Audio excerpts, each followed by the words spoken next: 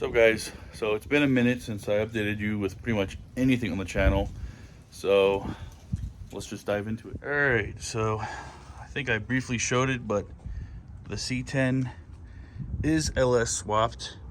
It's a 5.3 from a 2001 Suburban, and a little bit about the setup is this intake setup I got off eBay because I didn't want the return on the rail, so I'm running a Corvette fuel regulator and filter. I'll show you that. It's underneath the truck. I'm running Speed Engineering long tube headers, which are super nice and they're not too expensive. I'm going to be running the drive-by cable throttle body. I don't feel like messing around with the electronic one. And we're pretty much like a week or two out from getting this thing started. It is cammed, it's fully resealed. I never touched the bottom end.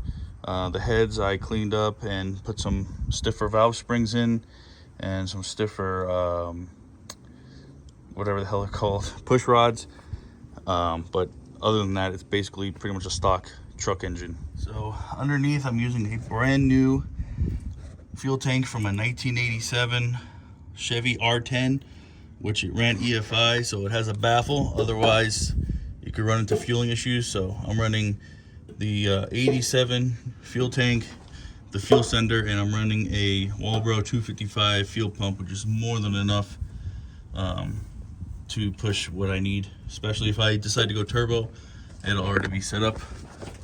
The fuel line setup came out very nice. I'm using -6 AN lines. I'm waiting on all the clamps and stuff so I can clean up this. There's the Corvette fuel regulator, and this is the fuel line, which also needs to be cleaned up, but I just finished this yesterday. Tested it, no leaks, so happy about that. But this was fun to do. I don't have too much experience with AN lines, so knowing that I did good on it, I feel confident doing it again. So as of now, I'm waiting on the harness, which will be here this week, and that's basically it. I just got to wire up for the starter, wire up for the computer. I already have the computer, and we already got gas in the tank. So once I have all that, I think we'll be ready to do the first start, and that'll probably be a whole different video. I might just make it a quick video of me just starting it.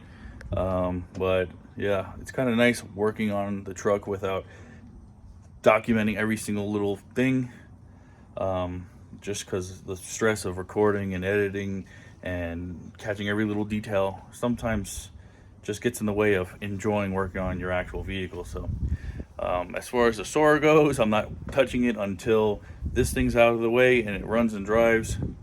The soar needs tires, but also I want to dump a bunch of parts into it. I want to do the subframe, LSD, redo the fuel system. More than likely it'll just get crazy because there's a bunch of stuff I want to do, upgrade, and pretty much upgrades. No maintenance, it's just gonna be straight upgrades. Of course, you know, the maintenance and upgrades go hand in hand, so I'll be able to take care of that. So short little video update of the truck. So till next time, JZ Chris, later.